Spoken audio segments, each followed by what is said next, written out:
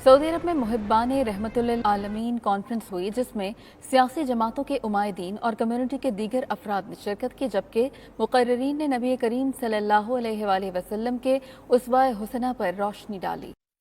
Saudi Darul हुकूमत Riyadh में all parties रहमतुल्लिल आलमीन कॉन्फ्रेंस का रूह परवर इनकाद हुआ, जिसमें शुरका का कहना था कि इस्लाम अमन का दीन है और नबी पाक सल्लल्लाहु अलैहि वसल्लम की तालीमात इंसानियत की भलाई और आला अखलाकियात का अमली दर्स देती हैं और आपका उस्वा हसना हमारे लिए बेहतरीन नमूना है। शुरका ने कहा, जरूरत इस अमर की है कि हम रसूल करीम सल्लल्लाहु अलैहि वसल्लम की तालीमात को आम करने में अपना किरदार अदा करें और मुआशरे को इस्लामी इक़दार के मुताबिक ढालें। मुहिब्बान रहमतुल्लिल आलमीन तंजीम के सरपरस्त आला मौलाना अब्दुल मालिक मुजाहिद का कहना था कि हमारी फलाह सीरत रसूल सल्लल्लाहु अलैहि वसल्लम को इख्तियार करने में है और हमें चाहिए कि हम अपनी मौजूदा और आइंदा नस्लों को इस्लामी तालीमात से बेहतर अंदाज के साथ रूशनास करवाएं और इस्लामी तालीमात की रोशनी में मुआशरे की तामीर नौ को फरोग़ दें। इससे जहाँ मुआशरा अदल इंसाफ पर तश्कील पाएगा, वहीं इस्लामोफोबिया का खात्मा भी होगा। नबी अलैहिस्सलाम की सीरत कभी खत्म नहीं हो सकती। आपको ताज्जुब होगा और खुशी भी होगी, कम अज कम